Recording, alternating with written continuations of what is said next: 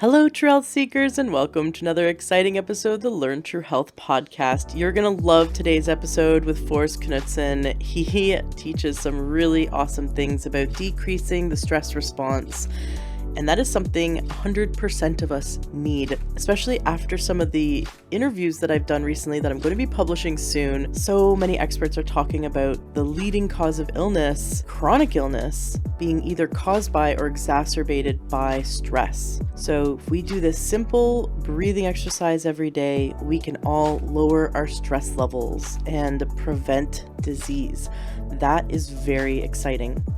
Now, please go to learntruehealth.com/group and join the Learn True Health Facebook group. Thanksgiving is just around the corner here in the United States, and that means there's going to be some really awesome deals that all these health companies end up releasing their, Cyber Monday or Black Friday specials. And I make sure I go around collecting my favorite ones and I announce them all in the Facebook group. So if you want to make sure you're getting the best deals on some of the coolest gadgets and supplements and all those fun things, fun holistic things that are great gifts for you, because you should treat yourself and pamper yourself and take care of yourself, because if you're not around for your family, then who will be? So we should take care of ourselves. Self-care is a gift we give to our family. So no more guilt when you take care of yourself. You take care of yourself and it makes sure that you're around for your family. So treat yourself. Join the Facebook group, Learn True Health Facebook group, so you can get those announcements that are going to come out next week. Make sure you stock up on some of the really awesome deals. I know there's going to be the best deal ever on the magnesium soak, which is my absolute favorite treat that I give myself. It is so therapeutic to soak in magnesium and make sure that I'm filling up my magnesium stores. When we are deficient in magnesium, there's 1,800 processes in the body that cannot function correctly, and everything seems to break down without magnesium. So join the Facebook group and so you can learn about the best deal I've ever heard on this magnesium soak. I know there's going to be some other really great specials also. All my favorite gadgets and goodies, and I'll be snatching them up along with you come Cyber Monday. Awesome. I look forward to seeing you there in the Facebook group, Learn True Health. And please also go to my website, learntruehealth.com, and when a little pop-up comes, put your email in. I promise not to spam you. I don't sell your information to anyone. I just send a few emails a month, and I definitely will make sure I send out an email about all of my favorite Black Friday specials that are happening. Just in case you're not on Facebook, then you can join the email list. Awesome. Thank you so much for being a listener and for sharing my episodes with your friends and family to help us spread this information and help as many people as possible to learn true health. Welcome to the Learn True Health podcast. I'm your host, Ashley James. This is episode 393. I am so excited to have back on the show with us Forrest Knutson.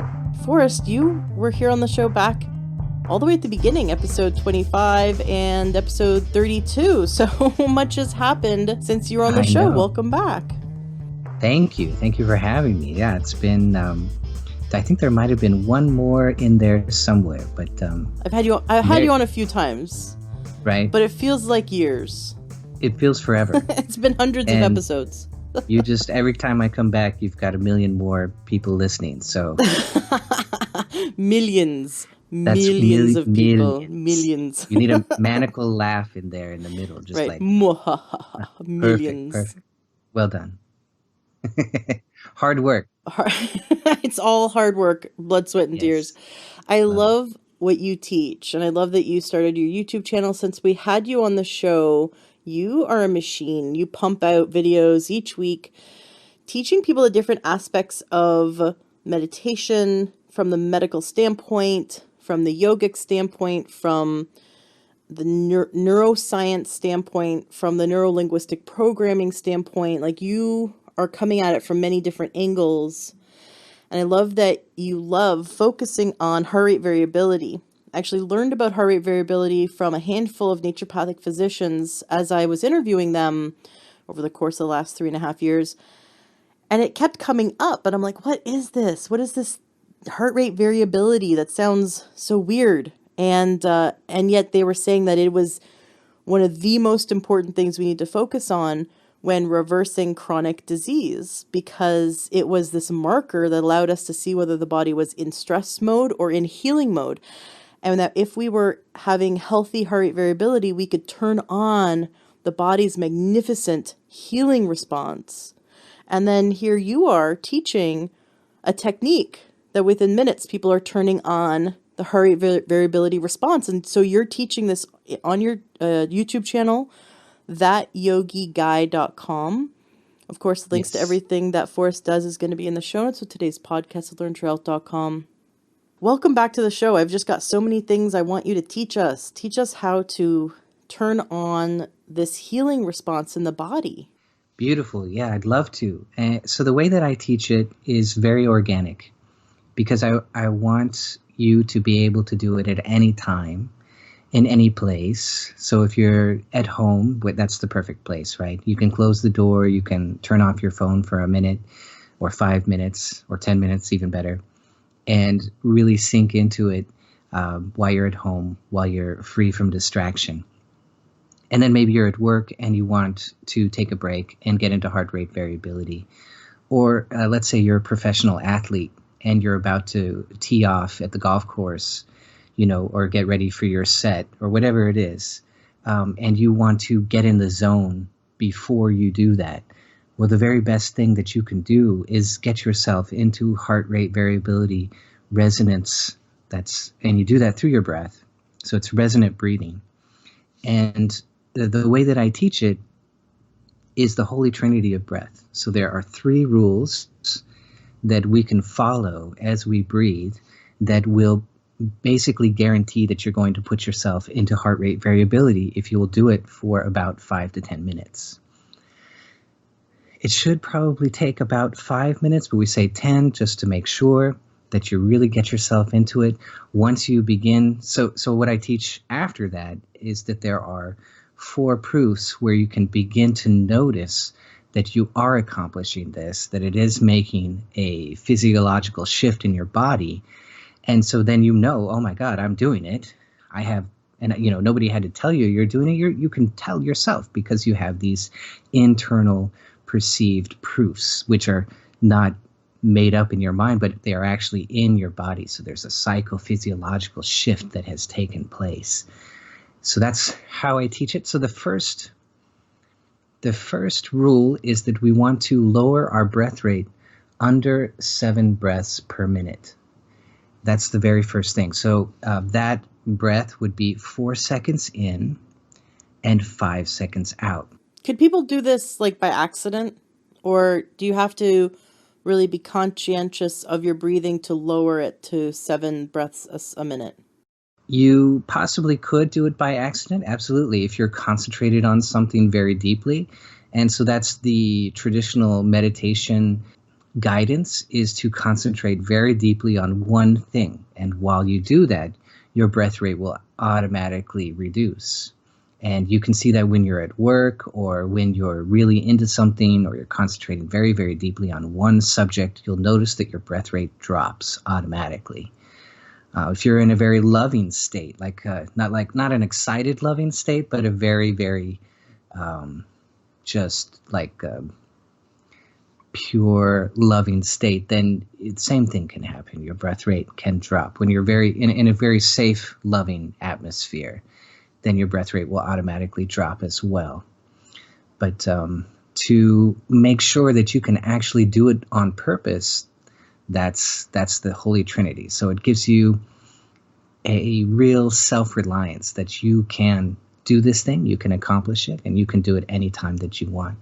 Before we go on to the rest of the steps, I feel like we should understand a bit more about what heart rate variability is and why we want to do it. What is it? What benefits do we get from creating a more distinct heart rate variability? Who benefits from it? Can you just walk us through for those who've never heard of heart rate variability? There's a thing called sinus arrhythmia. So that was understood first, and then building on that understanding was this idea of heart rate variability. And what that is that when you breathe in, there's There's more work going on in the lungs. And so the heart needs to pump. It needs to do more work at that point.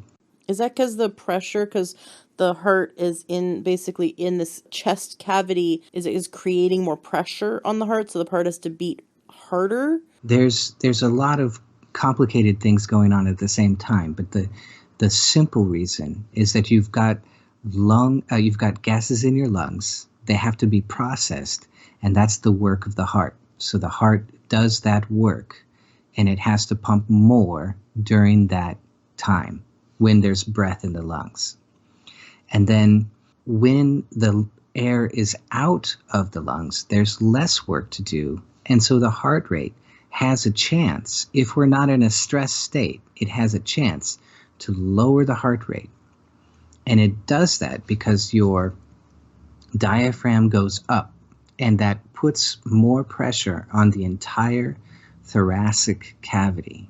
And that all that pressure translates backwards towards the spine. And right along the spine is the dorsal vagal nerve. This is the parasympathetic nerve.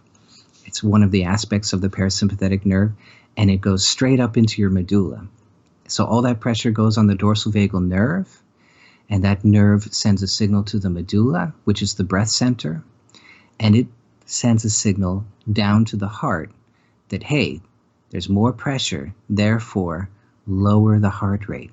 So the heart rate comes down a little bit. And now you've got a variance. So the in-breath, the heart rate will go up, and the out-breath, the heart rate will go down if we're not in a stress state.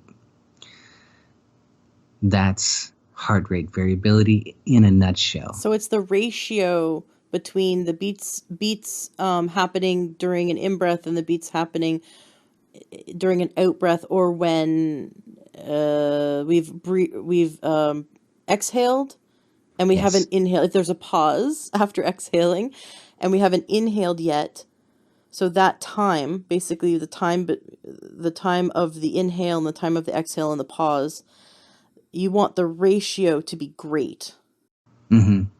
Yeah, it's not so much the pause as it is the actual out breath. The pause, it's there as well, but when you're trying to induce heart rate variability, the pause can mess you up. So if you pause too long while you're trying to induce it, so once it's been induced, that's a whole nother story. But when you're trying to get out of a semi-stress state and into more resonance, and that resonance, so what does that mean? That just means that your heart rate and your breath are working together as one system. There's a resonance between them. And that means your breath goes in, which, you feel it filling up your lungs. And at the same time, your heart rate is going to go up a little bit. And then you breathe out and you feel the breath coming out of your lungs going down. Your diaphragm goes up actually, but you feel the breath coming out of you. And at the same time, your heart rate is also going down slightly. So there's that resonance. It's coming up and going down, both of them simultaneously. That's why we call it resonance. Heart rate variability, resonant breathing. So when this happens, and what's really interesting is I like listening to my son's heartbeat. And I put my when he's sleeping, I'll put my ear to his chest, and it kind of freaked me out the first few times until I realized, because I took him to the doctor and it was like, I think there's something wrong with him, and they're like, no, he's fine. But he has a very large difference between the heart rate during an inhale and the heart rate during an exhale. And I was worried that he had like AFib, because I'm listening to his heart and it'd be like bump, bump, bump, bump, bump, bump, bump, and then he'd exhale, it'd be like bump, bump, bump, bump, and I'm like, whoa, what is going on?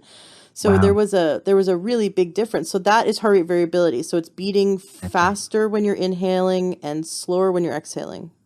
Correct. That's exactly right. And you're not the only one to ever be freaked out by that. So the story, I think I told you guys this last time, but since it's been so long, maybe it's okay to retell you the story. We have millions of listeners. Right. Millions.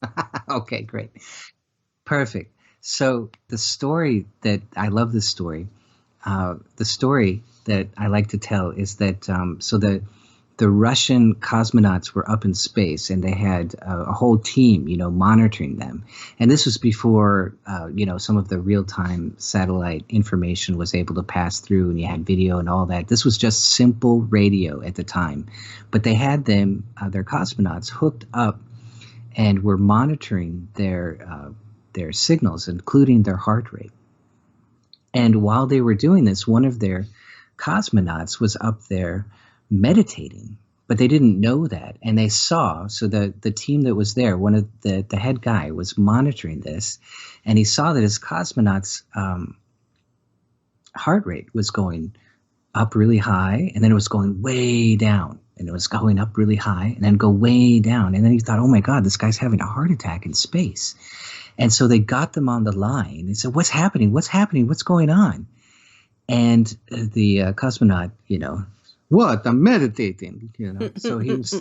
How to shoot, duh. leave me alone, I'm meditating. So funny story. And from there, they actually began to study it. So very, very interesting. And a lot of that research is the basis. So is the basis of some of the research that was done here in the United States. It was they confirmed a lot of the things that some researchers were finding here. And what I've heard is that people who are sick don't have heart rate variability. When you're in a stress state, the heart rate and the breath disjoin, and so they're not going up and down in this resonance that I'm talking about. And your heart rate will be, when you're very, very sick, your heart rate will be stay steady, beat to beat. And a way to think about that is that you're like a plate of glass, and any pressure on the glass is liable to break it. And that's not a good thing. Nature loves flexibility. And that's why this variance in the heart rate is such an indicator of health. I mean, this is really an emerging field. So when I came onto YouTube, I said heart rate variability breathing. And people are like, I don't think that's the correct term. And I'm like, okay, well, there's sinus arrhythmia and there's heart rate variability resonant breathing. We can draw it out into a longer name, but sometimes when I'm talking, I just shorten it a bit. So this heart rate variability breathing was not on YouTube when I started, but now you can look it up and it's a search term. So you were like the first person on YouTube to create a video on how to successfully achieve heart rate variability through breathing. In terms of defining it purely as a set of rules that you can follow and get success with, you don't have to hook yourself up to a monitor or anything like that. I think some of the instructions that I saw at the time were like develop a pleasant feeling and just concentrate on that. So it was very obtuse. It was a little bit hard to follow and make sure that you could do it. I like things that you can follow and you can have success every single time. That's what I love. So it's really a developing field, and you're going to see it, I predict, explode. Well, you were telling me that life insurance companies use this as an indicator whether they're going to cover people or not. Can you tell us a bit about that? Yeah, they're researching it now. I don't know how far ahead. If one of your listeners knows, maybe they can leak it and tell us. But I would love to know more. My understanding is that the insurance field is looking at this as an indicator of health and mortality, so that they will look at it and decide how long you're going to live based on how much heart rate variability resonance you have in any moment, so that they can predict, whether to insure you or how long they're going to insure you or what they're going to charge you in order to insure you for life insurance. And they're finding it's probably one of the most effective indicators that they've ever found. So these are people with lots of money to throw at this kind of research. And so it's really exciting. Sounds a bit morbid, but it's actually really exciting. Well, it's really exciting if we can use it to our advantage to live to be 120 years old, Exactly, healthfully. exactly. And you look at that and you hear that and you're like, oh my God, this is so exciting. But I look at it in terms of yogis, and what the old yogis said was that we have a set amount of breaths to breathe in one life. And if you breathe less, so what I said, that first rule, you got to lower your breath rate, right? So if we breathe less, we will automatically live longer. So they understood it was an indicator a couple thousand years ago at least. It's interesting because we're taught that, aerobic exercise is something that's very healthy for us, but you do a lot of breaths during aerobic Yes. exercise. Do we get into Yes. heart variability if we're exercising, or is that too Yes. stressful? Well, a little bit will take you a long way. So if you raise your heart rate and then you relax, it's that relaxation which benefits you the most. So you get benefit from pumping it up, but it's the relaxation phase which is most beneficial to your body long term. So Mm. work then rest, work then rest. That's the cycle that's going to benefit you the most in terms of health. So cut out the middleman and just rest a bunch. That's right. E- exactly. But don't let your couch swallow you. But yeah, it's the balance, the middle way that's going to benefit you the very most. What health benefits have you personally noticed? Now, Forrest, you and I have known each other since 2006. So you've always been fairly healthy, but I Yeah. know you're also very conscientious of and very present to your body. So in the Right. last, and I know you've been meditating and focusing and studying this subject and studying neuroscience and meditation for many years, and you started when you were in high school. Hmm. When when did you start focusing on heart rate variability? Has it only been the last 2 years or 3 years? It's been recent. I so I was monastic for about 5.5 years, and I went very deeply into the study of meditation at that time, and I found this obscure reference to the breath that it would shift as it goes in and out of your nose, and I thought this was fascinating. And in the process of studying this psychophysiological shift in the body that happens in meditation, I thought, well, that you could turn this into a whole biofeedback device. I didn't have that terminology, but I understood it, and that's exactly what I did. So I developed it for myself, and I call it the 5 breath states.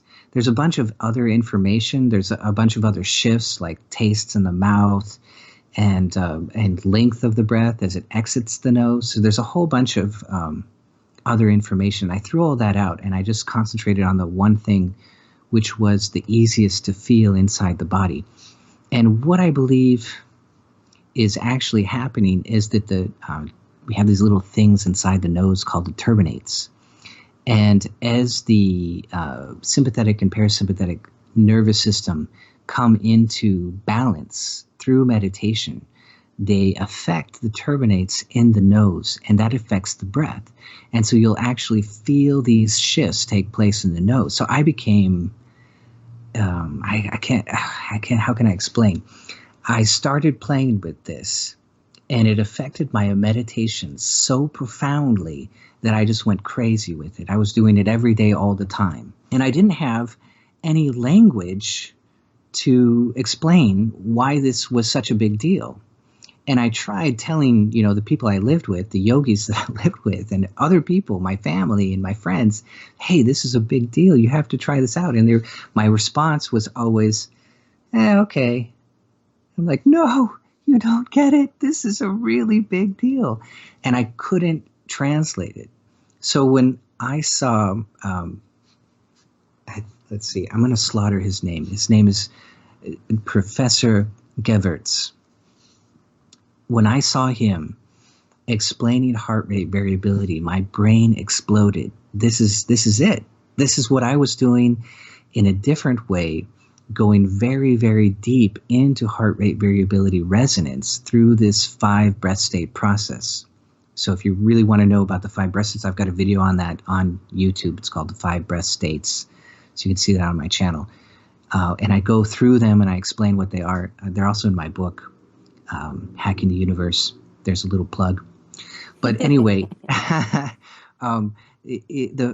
that's what, so I was doing it. Oh God, what was that? That must have been 2001. So I was doing it on my own, but I didn't have a language to explain it. And what got me so excited was there was no more hit and miss in my meditations.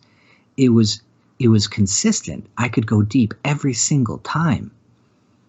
And it was experiential. I knew it. It was just a huge milestone. It was a watershed moment.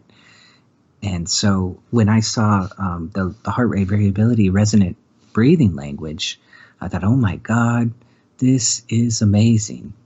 So it's just a glorious framework to talk about meditation. So if you're a Buddhist, if you're a Christian and you pray, if you're doing anything which is of that interior introspective world, you have to begin with heart rate variability. Either you're doing it unconsciously or you're doing it consciously, but either way, all introspection begins with this reset point, this balance point of heart rate variability resonance. So when you started to focus on heart rate variability and breathing specifically for shifting heart rate variability, were you then achieving new heart rate variability, or had you already been achieving it for years because you meditate? Because of the 5 breath states, I'd already been achieving it for like 15 years at that point. Got but it.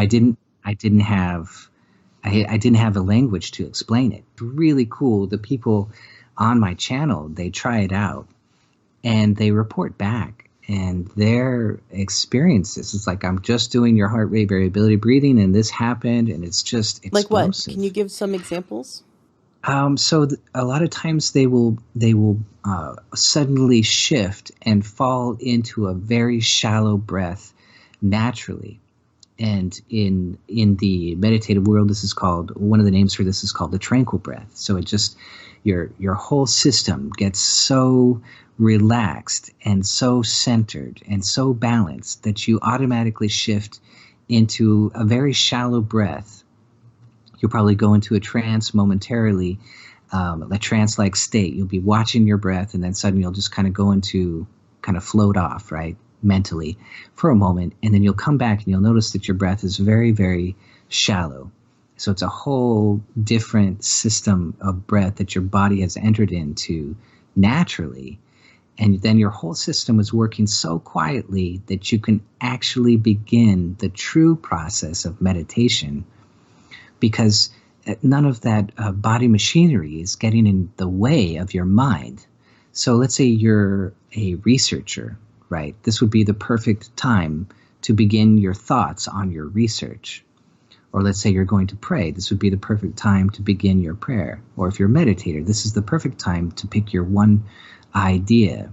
Let's say you're going to practice, you're a Buddhist and you're going to practice metta, which is to take one thought like gratitude or love and just put yourself on that one thought. Now's the perfect time because the body machinery is out of the way. It's not making a ton of noise and distracting you and drawing you back to the outward world. So you're able to introspect much more easily. I know we could go into your YouTube channel, thatyogiguide.com. We could go there and we could read the comments of people sharing their experiences. Has anyone had any stories of success in terms of noticing shifts in their health? Yes, they say that they feel more alive and more centered, calm. Things don't disturb you as much because you have this balance, this interior centered state. Mm-hmm. Obviously, is 15 years ago you said. Can you Mm-hmm. think back to before you had you really figured out this type of breathing that triggered heart rate variability? Can you go back in your mind and think about sort of your health before and after? Did you have any noticeable health changes from, because you've been meditating for so long, but your meditation wasn't Right. really centered around creating heart rate variability. So people can meditate and not necessarily create great heart rate variability. Mm-hmm. And then you do these specific things either in meditation or just you don't have to be meditating, you just breathe this way and create heart rate variability. So you don't, what I'm saying is you don't have to meditate in order to create it, but you were doing it within meditation. So can you look back 15 years ago and see, is there a difference in your health or vitality that you could tell the before and after when you started creating heart rate variability? Yeah, absolutely. You have a lot less energy when you're not in heart rate variability resonance. So your concentration is going to lack. Um, your stamina is going to lack. Your ease, just being in your own skin, is going to be less because you're in a stress state. So, I mean, your cortisol is up. All of that is going to affect the entire system. So, with heart rate variability, your serotonin goes up. Everything goes up. Your rest. It's like, you're in your car and you come to the stop sign, and you don't sit there and go "Roar" and rev your engine while you're at the stop sign, right? You you let the car go down into an idle. So imagine that you go through life revving your engine constantly when you don't need to. What's that going to do to your car? It's Mm. going to put stress on your car, which is not necessary. And that's like the majority of our life, right? Where you're at work, your boss comes up and you freak out, your adrenaline goes up, your whole system goes out of whack. And, if you're in the jungle and the jungle cat comes up, you get up and you run for your life. And now you're putting carbon in your muscles. But when you're at work and you don't jump up when your boss comes, maybe you should, but we don't. We sit there. We sit there, and the adrenaline goes up, but there's no carbon in the muscles because we're just sitting there, and so there's no carbon oxygen exchange within the body, and so you're hyperventilating because you're in stress, but you're not exchanging that oxygen. Just stays in your blood. It doesn't transfer to the muscles because there's no carbon in the muscles. It's a marketplace, and they have to be able to exchange one for the other. So that's how the whole system falls apart, how it gets out of whack. Can you go deeper into that? I know Yeah, you've explained it to me off air before, right. with a bit more detail, but I don't Sure. wanna glaze over this because I remember I think you were like called me up one day and you were like, I figured something really cool out about carbon. Right. So take us back to when you first figured this out. How'd Sure. you figure this out? So the body, so the breath and the body are like a marketplace. So when you breathe in a lot, you oxygenate the blood, and that oxygen floats through your blood, and it comes up against your muscles, and it says, "Hey, I got oxygen. I want to buy some carbon." But if there's no carbon in your muscles, then the marketplace doesn't work. There's nothing to exchange. So the muscles say, "Hey, I don't have any carbon, so I can't buy your oxygen." And so the blood just keeps going, just cycling that oxygen, and then it gets rid of it for nothing. It was all for nothing. So when you either work out a little bit and you get carbon in the muscles, now you've got the ability to create the exchange. So you're breathing a lot, you get oxygen in the blood shows up to the muscle, and it exchanges the oxygen for carbon. So the carbon goes into the blood to be recycled, and the oxygen goes into the muscle to revamp the muscle, to oxygenate the muscle. And that's what you want. That's the carbon oxygen exchange when it's working properly. So the way the body was designed, the jungle cat comes up to eat us and we jump up. You know, we're full of adrenaline, we're full of oxygen because we're breathing like crazy, we're running for life, for our lives. And so there's carbon in the muscles and everything's working right. The carbon and the oxygen exchange takes place. Then you fast forward to today, we don't jump up, we sit there. There's no carbon oxygen exchange. So as a yogi, how do you fix this? Or as a heart rate variability resonant breather, how do you fix this? Well, you lower the breath rate. And by lowering the breath rate, you introduce more carbon into the cycle of the breath. And that carbon and oxygen floats through the blood. And essentially, you're kickstarting your own body economy. And the blood gives the carbon to the muscles, and the muscles exchange the carbon back for oxygen. And now you've kickstarted the economy in your body, and you have carbon oxygen exchange because you have a lowered breath rate. And so automatically you're going to feel, if you do it very well and very deeply, you'll feel your whole body tingle. Like it's come alive for the first time in 20 years. It's kind of insane. You get used to it, but it's really kind of crazy. Cool. I like it. Yeah, right? So what's the downside to not producing a lot of carbon? The downside to not producing a lot of carbon. Well, besides being lazy or not, not moving. I mean, is there really a Right, downside to we're doing a lot of breathing, we're in stress response, the boss is coming, we're just right. sitting there, the adrenaline's going, There's and no, we're not really there's no, moving, we're not making right, carbon. Like what's the downside to like just breathing in a bunch of oxygen but not having a lot of carbon being produced? right. There's no exchange. There's no exchange that takes place. The body and the muscles, which form a huge part of the body, and all of the tissues which are in proximity to the muscles, they don't get oxygenated.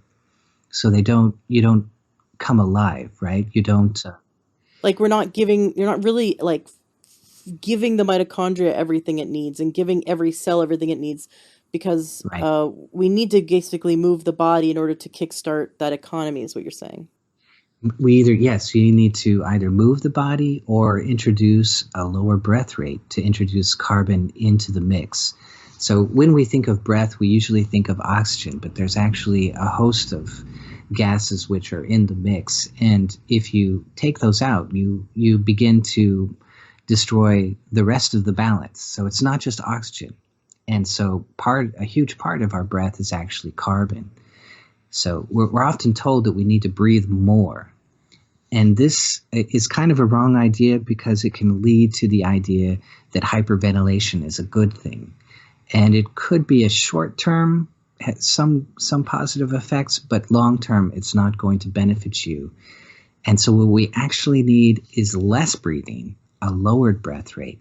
I was recently reading an article in I think a bunch of British scientists, I think it was a British medical journal that had measured weight loss and Mm, determined that most weight loss like where's the fat go? That's always been my like question, when let's say someone loses 25 pounds, where did it go? hmm Like you didn't pee it out or poop it out, like where did it go, right? And right. most fat we exhale. Isn't that Oh, wow. crazy? That they actually measured the carbon and they figured out that the fat is broken down, obviously energy, and the body uses energy, but that it's broken down and leaves the body as carbon and other Wow. byproducts. So most weight loss leaves oh, and also heat. The body, Mm. uses that fat to metabolic energy, Mhm. but they could measure in heat and in carbon leaving breath, and like measure 25 pounds basically of fat loss, Wow. by measuring the carbon leaving the breath, and proving that was your fat. So we're breathing out our fat. I mean, in that way, wouldn't hyperventilation be good? Like, let's breathe more, Right. lose weight. Right. Well, it's possible. It definitely is going to work the body a lot to hyperventilate, but your long-term benefit has to be the resonance between the heart and the breath that it's going to. So there's the Wim Hof method, right, which is a lot of hyperventilation in the beginning, and it's an easy way to get into a a state where you don't need to breathe. And so Mm. it's much easier to practice breath holds after you've hyperventilated.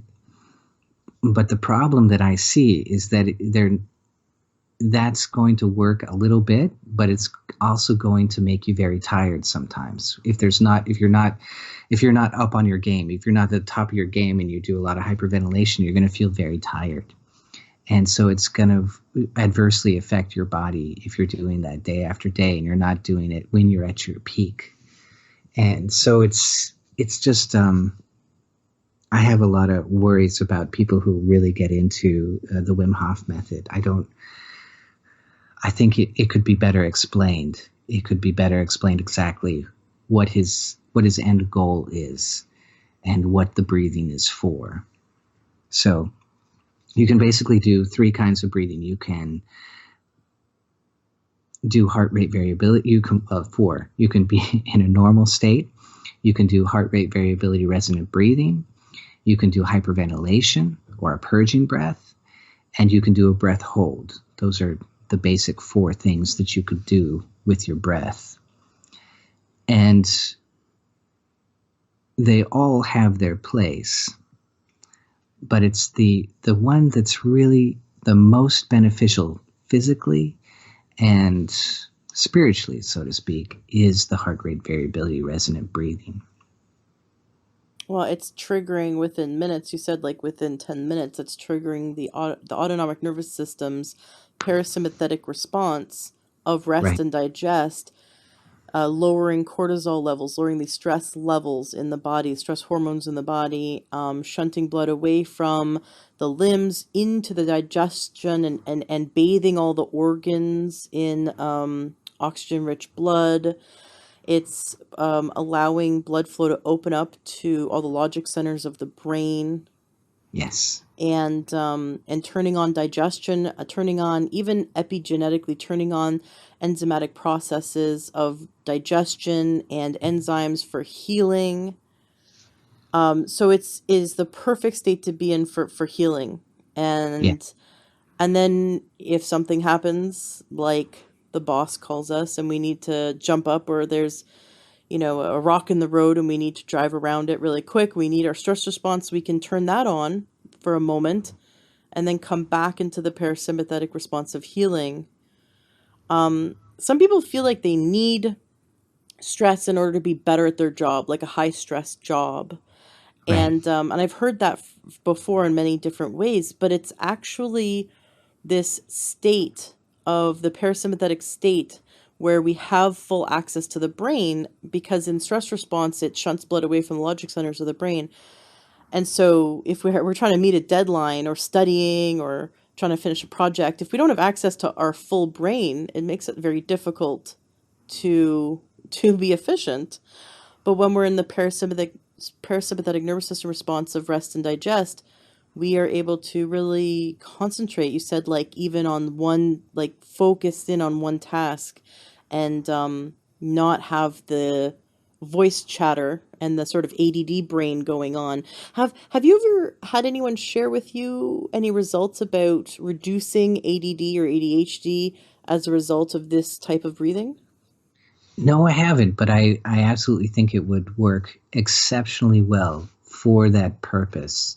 So I haven't heard that specifically, but I think it would be a fantastic uh, recipe for reversal of that. But um, you that's a perfect point what you talked about, and you would know that instantly if you spoke with a professional athlete and you said, hey, do you want to come into a game being all stressed out, or would you rather be in kind of the zone where you're in it but you're not stressed out about it. Mm. Of course they're going to tell you, I would rather be in the zone, and that's exactly the best state to be in, and that's a state of HRV resonance.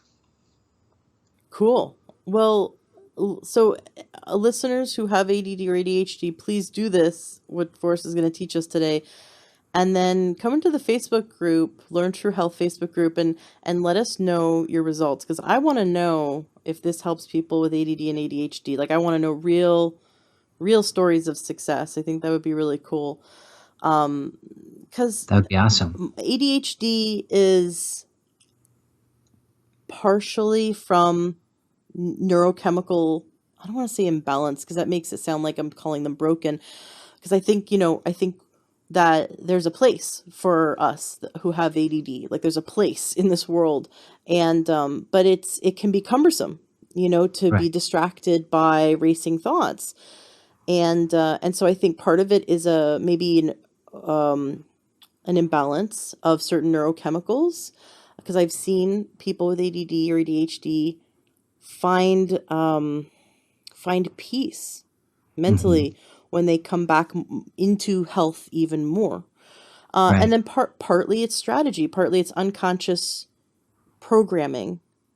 So there's lots of like NLP, for example, neuro linguistic programming techniques for changing the unconscious programming to allow us to not have ADD or ADHD Right. limit us, right? Right. Right. But if we can do something like as simple as consciously changing our breath, and that then has a cascade effect and changes the neurological state of our brain and the state of our endocrine system, and just kind of cascades down and affects our whole body and our circulation and our energy levels and our vitality. I mean, just it's affecting every system, and that sounds wonderful. And if Right. we can do something as simple as breath and make it so that we are able to quiet our mind, focus more, I mean, I can see that people might even be able to no longer want to use a medication or use over the counter. Sometimes people self medicate with Mhm. drugs, alcohol, sugar, what have you, Right. that they might find that they're coming into balance and they don't need that. Right. Yeah. I think it would be great. The whole premise of yogic meditation is that I'm going to use the body to affect the mind. So if you've ever tried to meditate and you're like, I can't do this, my brain is just all over the place. Well, that's very normal. And it's just a misconception because you're not meant to wrestle with your own mind in meditation, because if your mind fights your mind and one mind wins, you've still got your original problem. You still have your mind, right? And so the body follows this amazing rule. It's called the 80-20 rule, that for every one signal that your brain sends out, so your brain is like the general, and it sends out one signal to the body, hey, do this. And the body sends five signals back of messages giving, this, well, we did this and we felt this and this happened. It's feedback, right? So there's much more signals. Your neurology is set up, your nervous system is set up to give much more signals back to the brain than what is being sent out by the brain. So it's easier to control the brain from the body than it is to try and control the brain itself. So when you quiet the body, you will instantly quiet the mind. It's just the biggest lever in the room to make change. Ha, I never thought of it that way.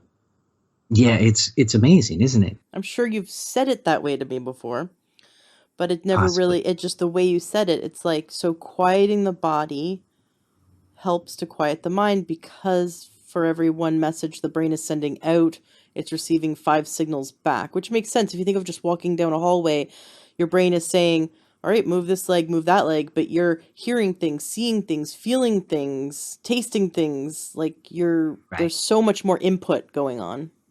Exactly. And so the yogi takes that rule and applies it to meditation in order to quiet the body, to quiet the mind. And then you've already, instead of wrestling with your mind and trying to stick it in a corner that it doesn't want to go into, you just affect the body, and then the mind follows suit automatically. That cascade of events. That's how it works. Another thing that you might want to think about with ADHD is that we have a left brain, which is kind of like a predator. So, for example, the bird will, when it's going to peck a seed, it will look down at the seed with its right eye because the right eye is connected to the left brain. And so that predator brain, that predator part of the brain, which will focus on one thing, like the seed, is in activation as it's looking at that seed. So it's going to peck that one seed. And while that is happening, nature knows that the bird is very vulnerable because it's caught in that one thing, right? And so nature designed us with a whole other side of the brain, which is very, very disassociated from what's going on in the left brain. And that's the right brain. And the right brain has this spherical kind of perception of everything that's going on around us simultaneously. And that's the brain that warns us that something's not quite right when we don't actually know why it's warning us, right? Ooh, like when you have a gut feeling that something's not okay. That's right. That's right. So that is very possibly the right side of the brain telling us, trying to tell us something. And it might not make logical sense, but it's an instinctual understanding that's coming from the right side of the brain, which is really, I like to call it the parent brain. So if you want to use older terminology, you could say it's the guardian angel in us. So it's looking out for us constantly. And it has to do that because you're vulnerable while you're concentrating on one thing. In our Western society, we develop that a lot, and it's very, very good for us. We have to be able to concentrate on one thing. We have to get a task done. We have to be, we have to have our list and go down our list and make the list done. That's just part of our life. But we also should develop this other side where we can benefit from everything we just completed. So we can go out and we can look at the sunset and enjoy it. We can watch the waves crash on the beach and enjoy it. That's more, so we can enjoy music. We can enjoy poetry. So one of the people I love to follow is Ian McGilchrist. And he's very, very great at describing the left and the right side of the brain. And so some of the science that came out originally, we said, oh my God, there's this huge difference between the left and the right side of the brain. And then they did more research and they said, well, actually there's signals going through the left and the right all the time. We were incorrect.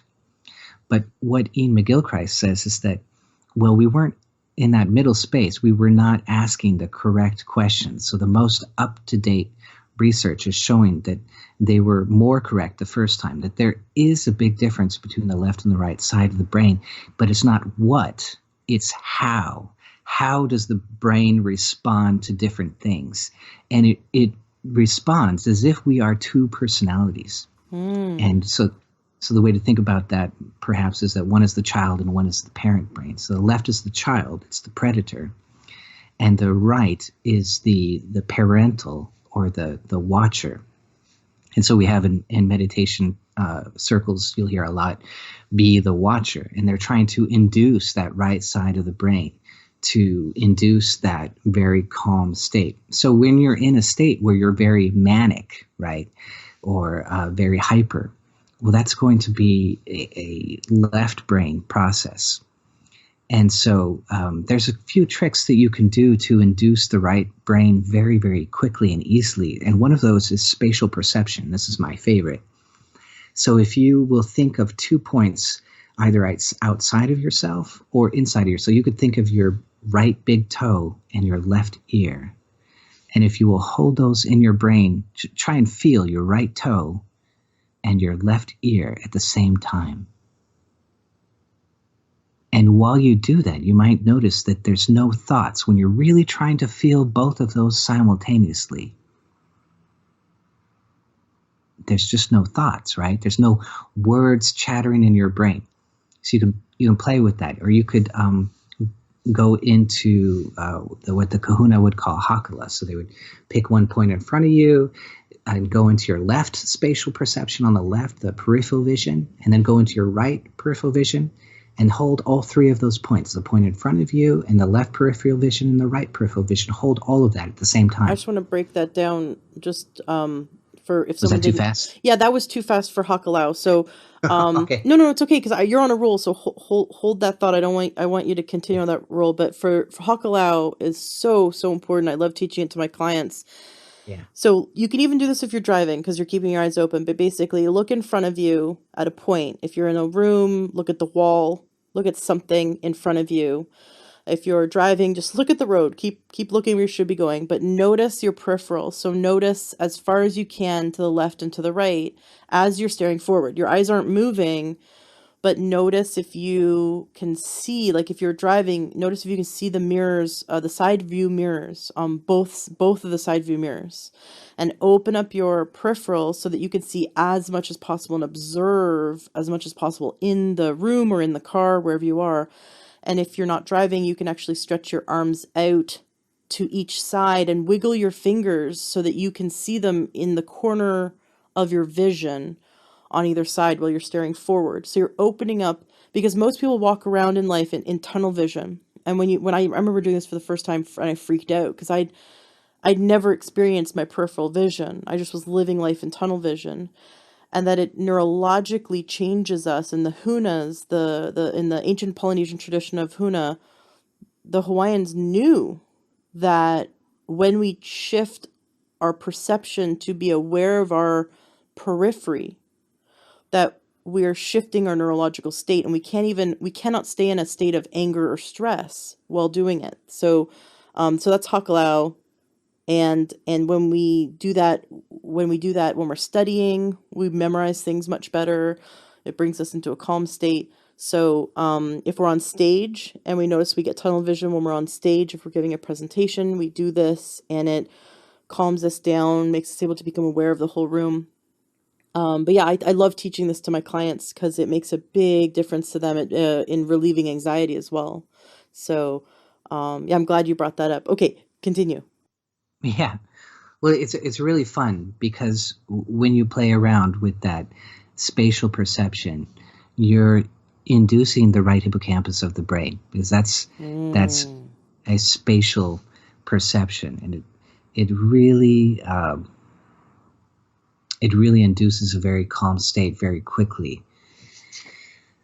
So it's very, very cool, and that would be a good thing to play around with if you had any kind of ADHD symptoms. That would be really, really fun to play around with and see how well it affects you. And then if you were to put that together with heart rate variability, resonant breathing, then you'd really, really be playing with fire. You'd really have something. Maybe not at that fire. Point. Maybe cooking with fire, cooking with gas. Maybe not. Yes. Playing with fire sounds dangerous, but you mean like it does. You mean like now you are cooking. I mean that now it's going to make you very dangerous when it comes to your own ADHD. You're going to have power that you didn't have before. When you walk into a room and you're nervous, it's going to give you power. It's going to give you tools in your toolbox that you didn't have before. So it's going to make you just a little bit dangerous. In a good way. In a very productive way. In a very beautiful, productive way. Absolutely. So not in like a dangerous, like you're gonna implode or something. Like dangerous in that you're gonna kick butt. That's right. And take names while you're at it. Kick butt and take names. That's right. Something like that. But in a very peaceful way. Yeah, but yes, in a very we're pacifists in a way that would not harm anyone. We're just gonna kick proverbial butt. That's right. And take home the gold. Exactly. Well, Yeah. yes, we have to be successful in whatever we do. So, and there's room for lots of success for everybody. So, Do you see very, that, because you very love fun. studying the neuroscience of this? I know we've geeked out for hours on the phone, you telling me about left brain and right brain, and being able to access from one to the other and the benefits of that. But Right. my question is, when people, let's say complete newbies, are listening, not everyone, I know some of you are quite experienced, but let's say some of us are complete newbies, and we for the first time ever start doing this breath work you're going to teach us Mm-hmm. to get heart rate variability for the many benefits such as Right. longevity and energy and vitality and peace, tranquility, and the ability to kick proverbial butt, all of that. So Yes. we're changing our breath. Does just let's say we didn't meditate, we didn't pray, we just kept our eyes open and took in the room, like took in our peripheral, kept our eyes open and slowed down our breath and did the things you're going to teach us to do to increase our heart rate variability, would that alone cause a shift to go into the right brain? It's going to put you in the arena of that. It's going to put you much, much closer. It's the entry point. So there's a bunch of so there's some yogic jargon I can throw at you. So there's a state which yogis know about, which is called pratyahara, and that just means interiorization. But it's a really, really big deal when you're trying to get into a deep meditative state. And heart rate variability resonance is the beginning of that state. Absolutely. So it's if you want to get into that kind of depth, this is where you have to be to do that. And so the results that come back, that's what you're asking. It's just phenomenal. It really is amazing. So people are trying to meditate, they're trying to get into a calm state, they're trying to feel better. And it's, it's okay. It's hit and miss. And yeah, I had this good session once upon a time. And then I did your heart rate variability resonant breathing, and it works every single, what the hell? It's a game changer. It's a huge shift. So I get that kind of feedback a lot, and it's makes it all worthwhile. Makes it really fun. So it sounds like it's a easy win formula for getting some results. Yes, every time. Cool. Every Every time. time. All right, Yeah. teach us. We're ready. Okay. Great. So this is the Holy Trinity of Breath, and it's just a good way to think about it is that we're boxing ourselves into the dorsal vagal nerve. We're going to make sure that we hit the parasympathetic nervous system every single time we sit, or you could do this standing as well. If you're going to go on stage or you're going to present something or you're going to talk to your boss, you can stand and you can do this for a minute or 2 or 5, and you're going to induce a much more calm state. You're going to get into the zone, and then you'll be ready to do whatever you're going to do. So, but what we're doing is we're just kind of making sure that we're going to get into that parasympathetic system, the dorsal vagal nerve. And so we're trying to box ourselves in. So that's what all the rules are for. So the first rule is put the breath rate under 7 breaths per minute. And so the first breath, so you got to kind of play with it. You got to play with it a little bit and see which one of the breaths feels the most comfortable for you. So a lot of people on my channel, they get really excited and they want to go to the very lowest breath rate. But that's not it. It's not a competition. It's just the one that fits One for you. breath a minute. Let's go. Yes, exactly. And you can work up to that kind of thing, but in the beginning, it's just about what fits and what is correct for you. And so you want to try out all of the breaths, all of the breath rates, and see which one feels really comfortable and seems to bring you into this centered, balanced state very quickly. And so the first breath is going to be 4 seconds in and 5 seconds out. And then from there, you can try 5 seconds in and 6 seconds out. And then you can try 6 seconds in and 7 seconds out. And then you can anywhere between those 3 breaths. So the first one was 4 seconds in and 5 seconds out. Anywhere under that is going to put you into heart rate variability. The second rule is that as we're breathing, we want to accentuate that parasympathetic because, maybe we're in a slight stress state. And so we want to accentuate the parasympathetic and make sure we really get into it. So we're going to make the out breath slightly longer. So that's why the different numbers, 4 seconds in and at least 5 seconds out. And so that's going to accentuate the parasympathetic because the breath is going out, the diaphragm is up, there's more pressure on the thoracic cavity. That pressure translates to the dorsal vagal nerve. That sends a signal to the medulla. The medulla sends a signal to the heart rate. Go ahead and lower down a little bit. So that's how it works. And then the third rule is we want to take out the pauses. So the pause at the bottom of the breath and the pause at the top of the breath. While we're inducing this, we don't want those pauses because it can just mess up the cycle that we're trying to get into. And so we just don't have to hurry, but we don't want to pause for a long time. We want this nice rhythmic in and out breath to really get into that heart rate variability resonance. And that's the Holy Trinity. That's how you do it. So, do you want me to guide it for a second? Yeah. Guide us for like a minute. Should we be breathing in through our mouth or nose? Does it matter? Definitely through the nose. And out through the nose or out through the mouth? Out through the nose as well. It's the most economical for the body. It's going to put more carbon into the mix. That's one of the reasons you have a sinus passage, is to introduce carbon into the blood mix. And if someone has a stuffy nose, it's okay to do this through the mouth? It is, absolutely. It's still effective. It's just more effective through the nose? Correct. Okay. Do you want to count when you do the seconds? 1, 2, sure. 3, 4. I can count. Absolutely. Okay. All right. Okay, guide us. All right, here we go.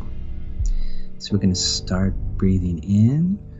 1, 2, 3, 4. Breathe out 5.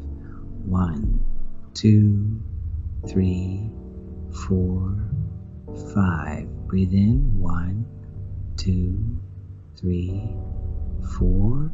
Breathe out. 1, 2, 3, 4, 5. Breathe in. 1, 2, 3, 4. Breathe out. 1, 2, 3, 4, 5. Breathe in. 1, 2, 3, 4. Breathe out. 1, 2, 3, 4, 5. Breathe in. 1, 2, 3, 4. Breathe out. 1, 2, 3, 4, 5. And that was a minute. I totally went into parasympathetic. My hands started the shift because I know how it feels because, being a massage therapist in my past, you know when you're in parasympathetic. When my hands shifted, I always feel it first in my hands. Like there's a little bit of like a tingle and a shift in blood flow in my hands. That's actually perfect. That's the very first sign. So I have a video called Clinical Mindfulness, and I teach these 4 proofs. And that's the very first one, that your hands become hot and heavy. I call it HHH. That's the HHH symptom that you are in heart rate variability. Hands hot and heavy. That's right. Hilarious, right? What are the other symptoms? But it sticks in your brain. If I kept doing it, what else would I have noticed? So you have to sit very still to notice these things. That's helps you get into the freeze state in the body, a very good, positive kind of freeze state. And so the next thing that you might notice is you bring your mind to your lips, And you might notice that the blood kind of tingles in and tingles out of your lip, especially the bottom lip.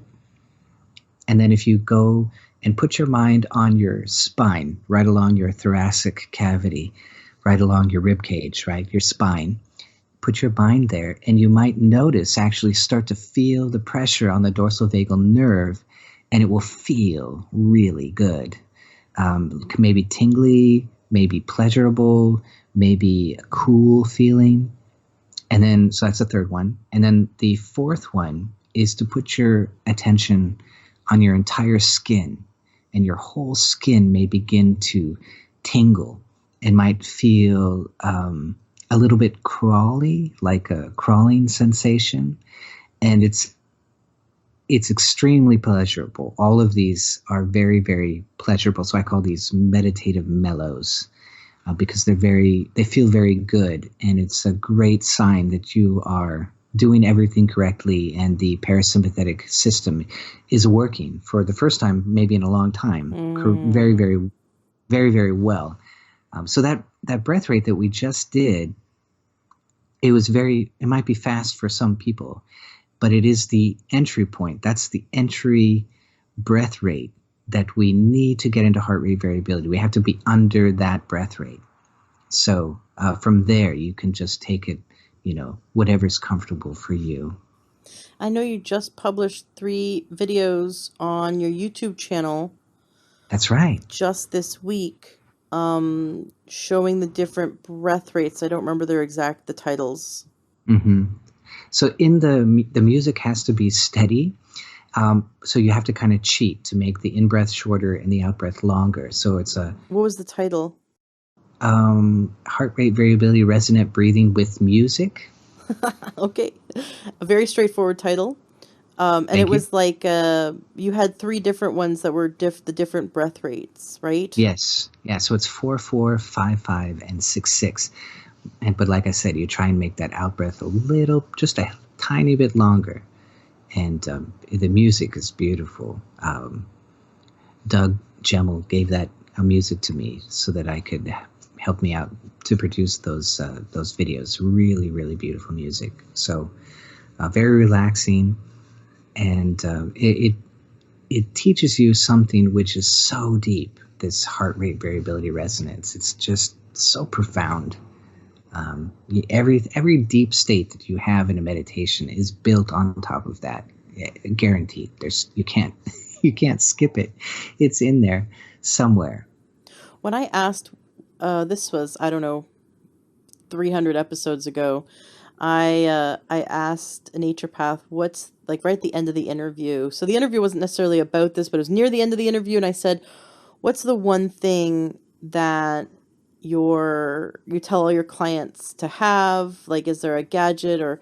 And she said, I've asked this a few times, so I've gotten a few really cool answers. Like, one naturopath said, 100% of my clients, I tell them to get a grounding mat. And that was my first time ever hearing about grounding mats. And now while we're talking, I'm on my grounding mat because I love it so much. And I have some Nice. great interviews about grounding mats. And an entire documentary is pinned in the Learn to Health Facebook group about grounding and earthing and the scientific benefits of it, that it actually decreases inflammation in the body, and explains how by giving up excess electrons the body shouldn't be storing, that it significantly decreases the imbalance in the body to the point where people are going into remission who have MS.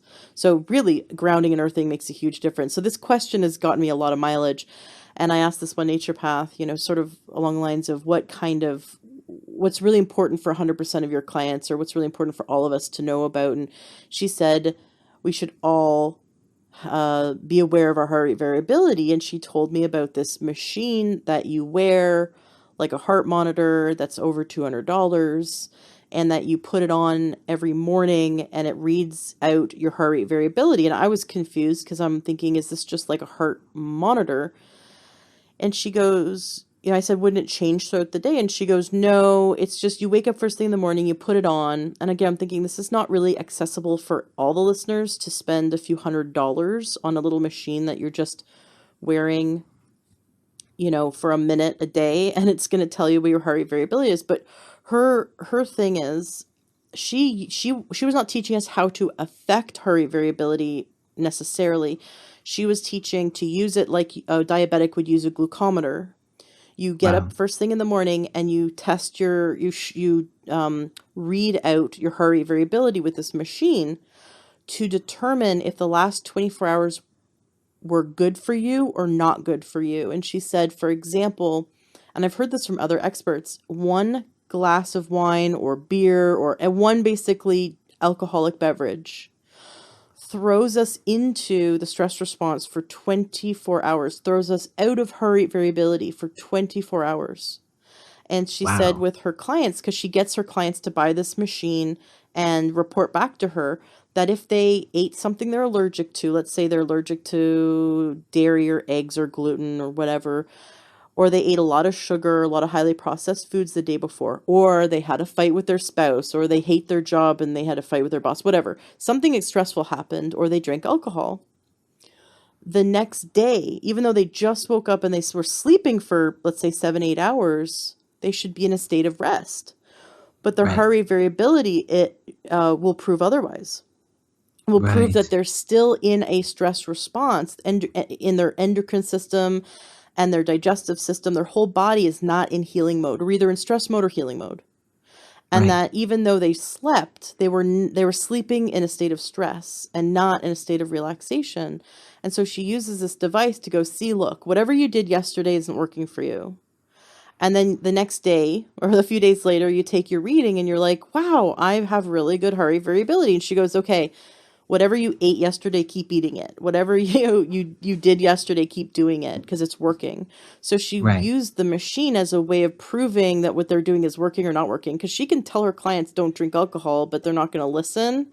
But if they Right. see that they're in a state of stress, they're like, wow, she's right. Because we drink, I mean, I don't drink, but people drink alcohol to calm down because they feel stressed out and they want to relax. And it's acceptable in today's society to use alcohol, just like also use sugar. You know, it's sort of a meme. Oh, women are stressed out or they broke up with their boyfriend, they're going to eat a pint of ice cream. And it's a dangerous meme to continue to push on us, this idea that we need to self-medicate with sugar or alcohol in order to manage our emotions. And when it actually doesn't, it doesn't decrease our stress levels. It'll temporarily give us a dopamine high and make us feel good, but it sends the Right. body into a state of stress and not healing. And then when we're in that state of stress, the next stressor that happens pushes us over the edge and makes us feel overwhelmed. So we have to manage ourselves more with sugar or alcohol. And then we're closer to our breaking point again. So then some little stressor happens, like someone honks at us, and then our nervous system or our endocrine system and nervous system freak out again. So it's like our fuse for our ability to handle crap in our life becomes shorter and shorter and shorter and shorter. And when we stop and we stop drinking alcohol and stop using sugar and highly processed foods as a way of self-medicating, because all those things are making our fuse shorter and shorter, our ability to handle crap, right, before we kind of hit our breaking point. If Right. we stop using that and we decrease the inflammation in our body so that then our nervous system can kind of actually take on more stimulus before we reach our breaking point, before we feel overwhelmed and stressed, and we increase our heart rate variability, now we have a long fuse. And I know you, Forrest, I mean, I've known you, we've been really good friends for a long time. And you have Right. a really long fuse for handling stress and handling BS. So I think that on an emotional, mental health level, this is very helpful as well. So that's my first exposure to heart rate variability, was this idea that we could use it like measuring our blood sugar or our blood pressure as a means of seeing if what we're doing is working or not. But you're saying we don't need to spend a few $100s on a machine. We can just do the breathing anyway and also clean up other areas of our life to better serve our health. But by doing the breathing, we're increasing our heart rate variability and thus making that fuse longer, being able to, our threshold wider for being able to handle stress in our life. Absolutely. absolutely. That all of that was perfect. Everything you said was perfect. And yes, you can actually affect these things. It's kind of amazing. So yeah, you just do the breathing, and it's going to reset your system, recalibrate your parasympathetic nervous system to start working properly again. You know, if it's been out of whack, maybe you're very peaceful already, but this is going to make you more peaceful and more profoundly relaxed. To so it gets Even really, more. yes, That's right. down the rabbit hole we go. It's a very, very, very cool thing. So Awesome. I love it, Forrest. I love having you on the show. It's so great. You're one of my favorite people in the whole world. And and so it's an thank you. honor. It's an honor to have you here. I really encourage listeners to go to thatyogiguy.com, which will take them straight to your YouTube channel. And you've produced a lot of fantastic YouTube videos. And listeners, if you have more questions for Forrest, please check out his YouTube channel and comment in any of the videos asking him questions or requesting topics for him to cover, because he will do it. He does. He's very active on his YouTube channel. He will reply to his comments. He will take video requests because he loves teaching. Ever since I've known you, you have just loved teaching and loved helping people. You have this equal love of helping people and teaching. So you're just this perfect person to learn from. And you're very humble. I don't, you I actually, am. you, I am very humble. well, I'm I mean, you kind of like, I guess actually writing a book about it. It's you're writing called a book about how humble and great you are. yes, it's called Humility and How I Attained It. That's not my. I have to say that's not my joke. I stole that joke from what was his name? If you weren't humble, you would have owned the joke. You can That's right. just own the joke for us. It's okay. You don't need to give credit. Stop being so humble. Okay, you're right. You're right. I really should. It's a horrible thing. It's a hor- Stop it. Stop Americans it. don't understand. It doesn't make sense to us, right? Yes. You have a great amount of information for people, but the way in which you package your information comes across so that we can all understand it. So I just love how you teach. This is where I'm complimenting you and thanking you. So Oh, thank thank you. you. Yeah. Now your You are website, amazing. thatyogiguy.com, you have a book, Hacking the Universe. Is there anything else that we should know? I'm Any gonna come out with a training very, very shortly. Yeah. Sweet. Tell us about your training. Yeah, it's gonna be. So I'm working on it now. I'm actually editing it. I have a couple more clips to finish, and it's going to be on heart rate variability and how to take that very, very deep into a very deep meditation. Into So the if right brain? not all the way into the right brain, we can't do that in one training. That's going to take 4 trainings. So I actually have 4 trainings in my brain, and I've never seen anything like them. So it's really exciting for that reason, that it's going to be, if you're in the meditation world or you have meditative interest, they're going to be extremely powerful. So it's combining a lot of information in a way which is very palatable, like you say, very easy to access.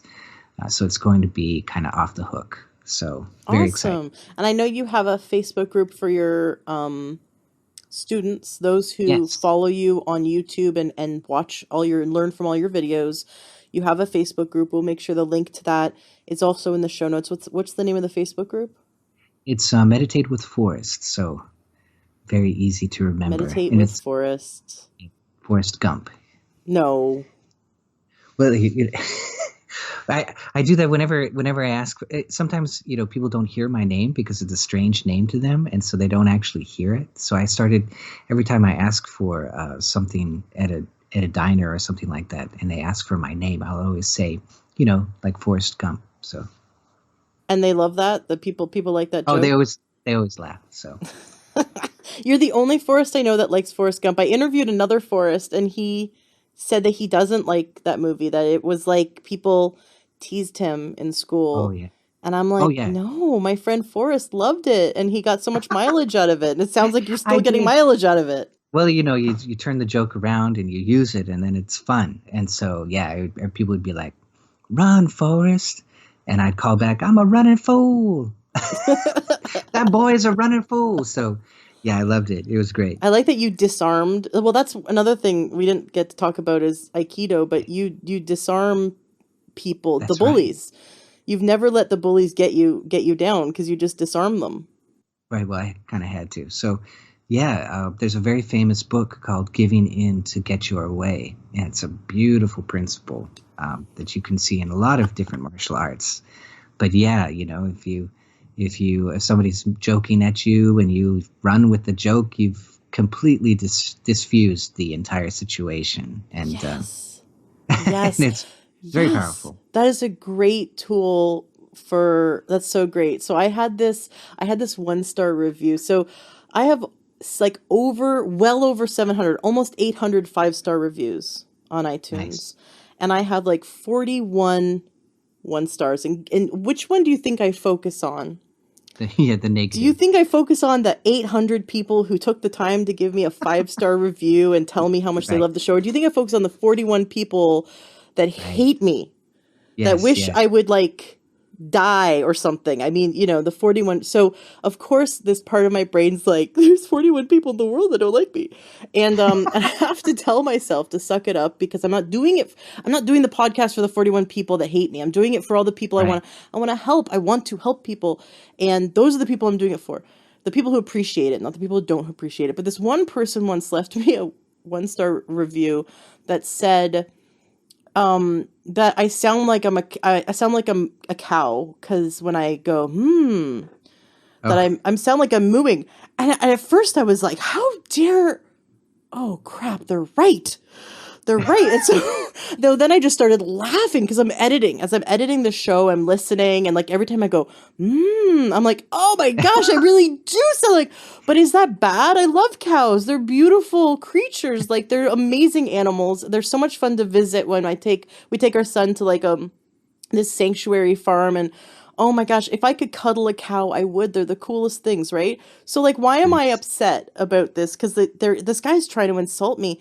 And then I realized like he could have said, and I'm assuming his gender is male, only because I don't think a female would have said that about me, but that's just my bias. So I'm assuming that he's a guy and he has nothing better to do than like rip on the fact that once in a while I go to a guest's really cool, whatever they said's really cool, and I moo apparently, Right. and I'm like, that's the only thing he It's a could very come up with. Like he couldn't find anything to make fun of the show. Like that's the only thing. Like that's kind of a compliment in and of itself that there's nothing wrong with the show. He couldn't find anything wrong with it, but that I sound like I'm mooing when I hum praise to someone's comment. Um and so I just kind of laughed it off and laughed it off. And it could have eaten me. It would have eaten me for days, but I laughed about it. And then he that's good. deleted the comment. A few days later I looked Wow. back and his he retracted his 1-star. And that's really cool. I would in other ways, in other 1-stars I have obsessed about what they said because there's no way to write back to them and be like and try to explain myself. Mm, Um and sometimes someone gives me a 1-star for something a guest said. I have no control over that. It's just kind of silly. right. Right. The fact that you can take bullying and laugh at it and not take it personally but laugh at it, then you've won. You've gained control of the situation. You really turned it around mentally, and that's so amazing. That's fantastic. And it's so easy to fall in that. A lot. I've listened to a number of YouTubers comment about how you deal with really, really grumpy trolling, and They're brutal on it's YouTube. Oh my oh gosh. yeah, My husband, I'm so thankful. He just deletes the comments. Like right, they're really brutal. He won't let me see them and that's good because he knows I'll go into a tailspin. Like wow, I care so much. And the thing is I've worked on this for so long, like my ability to kind of fluff it off The Right. people on YouTube are brutal. And we post Yeah. all the episodes of the show on YouTube. Right. And they're like there's a level of trolling on YouTube that like, I understand why children are committing suicide. It's the second leading cause of death between the ages of 10 and 24. Suicide's gone up Wow. 52% in the last 10 years for Right. children ages 10 through 24, and I understand.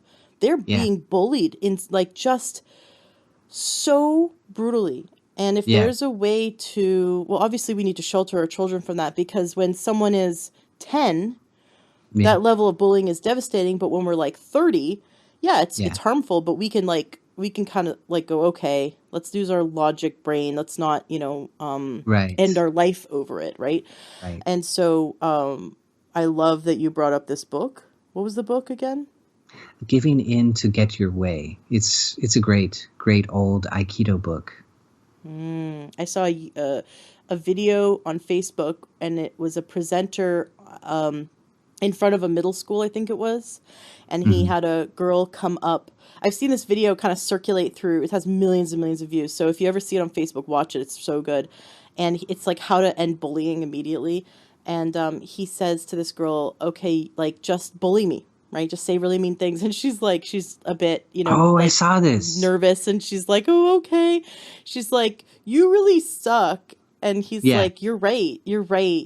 When you're right, you're so right. And she's like, yeah, I'm right. And you're wrong and you're dumb. And he's like, you know what? I just love how right you are. And, you're so pretty. And she couldn't keep a straight face. She kept trying to bully him. Right. And he just kept owning it and smiling and being her friend. And she was just like, she was totally disarmed. She had nowhere to go. And the Right. whole audience, all the kids just freaked out and cheered, and they thought it was so great that it was, if we can not let it land in our psyche and Yeah. bruise our ego, but if we can slough it off, Yes. that is really helpful. A- So I love it. abs- Absolutely. Yeah. It's that's a very good recipe. So you could build on top of that recipe and have a more complex way to deal with it, so that you don't have to like own the negative. You could Hmm. like kind of just let it bypass you completely. But that's a great place to start, is just take it all in and say, okay, whatever. It's a great way. Yeah. But Yeah. it's hard. It's tough. I get comments, and then I go meditate, so. Nice. Nice. In But it, meditation, do you ever like have these insights? You're like, oh, that's why they probably said that, or, oh like, yeah. I mean, do Well, you find such clarity with your I do. thoughts when you meditate? Yes. Yes, it will diffuse to the point where I disassociate from the body. The body just kind of disappears, and so then you're just left with your perception itself, and then it's just becomes very simple. But you have to get to that point. If you're in a stress state, you won't be able to get to that point. You'll be stuck with it. So that's where the word attachment comes from. You're attached to the problem, and that's where we usually begin, is that something happens and we get overly attached to that negative happening, and then we can't release ourselves from it, so we can't even begin to think logically because we're so wrapped up in it. So So when's your course coming out? very very soon, I think, maybe a week. Awesome. Very cool. And so listeners Yeah. can, by the time this gets published and they're listening to it, it'll just be days away, if not already released. It's very exciting. They can find you in your Facebook group, Meditate with Forrest Yes. Knutson, not Forrest Gump, but just Meditate with Forrest. Do you think if they typed in Meditate with Forrest Gump, that would show up too, or is there like a different? Ah, You have to check. There might. You there never might be. know. There, Meditate with Forrest Gump. That yeah, would be a pretty. that'd be a You might probably run a lot, but it yeah, would yeah, be yeah. a Right, and great eat group. chocolate or something. Yeah. That's right. So mow a lawn. We Make some very good shrimp. things. Yeah. I love that movie. That's great. I love it. I Yeah, it wonder was how so many good. listeners haven't seen that movie because it's kind of old, but it's such a It's classic. it's so classic. It's just has this simple purity to him, which is what the whole movie's about. It's that simple purity will win in the end. Yeah. I love it. Awesome. And it does make you feel like you walk away from that movie feeling like like you can win. I love that. Yes. It does lift Yeah. you up. So that's good. If he can do it, I can do it. Right. So Meditate with Forrest, Facebook group, go to thatyogiguy.com to gain access to the YouTube videos, and buy the book, Hacking the Universe, if you want to go deeper with Forrest, or just wait for the course. Have you come up with a name, a title for your course, a final title, or are you still working on a working title? Let me think about that. What am I calling this? Oh, yes. So it's going to be called the fourth phase of breath, also the tranquil breath. So those will both be in the title, the fourth phase of breath. Okay. Yeah. And that'll be part 1 of 4 to get into the right brain. So when I say get into the right brain, I mean samadhi. I mean, that's what the whole, that's a very deep state. So I think another name for that is satori, but it's the merging, to merge with one thought. But that's a very, very deep state. Cool. So basically, if you want to go deep, we keep following you. Perfect. Down the rabbit hole. That's right. Down the rabbit hole we go. Awesome. Thank you so much, Forrest, for coming on the show. It's been such a pleasure having you here today. Anything you want to say to wrap up today's interview? Anything left unsaid that you want to make sure we cover? Well, you are one of my favorite people. You are a genius, and I love everything that you do. And thank you so much for having me. Oh, you're so welcome. And compliments always welcome. It helps to displace those 41 one-star reviews on iTunes Yes. to hear all your beautiful comments. So Beautiful. awesome. Thank you so much, Forrest. I really hope that this episode makes a difference for all my fantastic listeners. And we'll just have to stay in touch and let us know how your course goes, in the launching your course and all your students and their results. I know you're in the Learn to Health Facebook group, so we'll just continue the conversation there. Listeners, if you have any questions for Forrest, you could also post them in the Learn to Health Facebook group as well. It's Forrest Knutson, thatyogiguy.com. Thank you so much. Thank you. Yeah, we'll have to have you back on again at some point, because I know I want you to teach more about getting into the right brain. That's just, samadhi sounds so neat, especially from the neuroscience perspective, like what happens to the brain and the different brain waves, because I know you're really into that. Yeah, there's a lot that still needs to be uncovered about brain waves. It's really, really amazing. So we'll just get into that in another interview. Absolutely. All right, sounds good. Okay, thanks so much. All right, take care. Hello, true health seeker. Have you ever thought about becoming a health coach? Do you love learning about nutrition and how we can shift our lifestyle and our diet so that we can gain optimal health and happiness and longevity? Do you love helping your friends and family to solve their health problems and to figure out what they can do to eat healthier? Are you interested in becoming someone who can grow their own business, support people in their success? Do you love helping people? You might be the perfect candidate to become a health coach. I highly recommend checking out the Institute for Integrative Nutrition. I just spent the last year in their health coaching certification program, and it really blew me away. It was so amazing. I learned over 100 dietary theories.